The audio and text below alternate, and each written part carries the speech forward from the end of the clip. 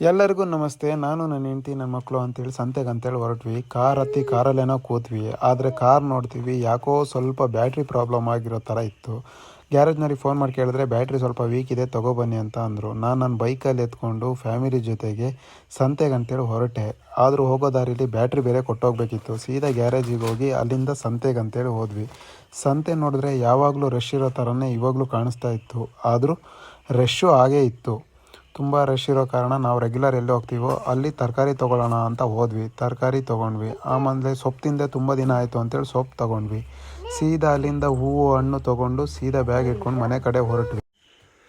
Bike ಹತ್ರ ಬಂದು ಮೋಡ ನೋಡಿದ್ರೆ ಮಳೆ ಬರೋ ಥರ ಆಗಿತ್ತು. ಈ ಕಡೆ ನೋಡ್ತೀನಿ, ನನ್ನ ಹೆಂಡ್ತಿ ನೋಡಿದ್ರೆ ಒಂದು ಸೇರು ಶೇಂಗಾ ತೊಗೊಂಡಿದ್ವಿ ಅಂತೇಳಿ ಅಲ್ಲೇ ಓಪನ್ ಮಾಡಿ ಟೇಸ್ಟ್ ನೋಡ್ತಾ ಇದ್ಲು.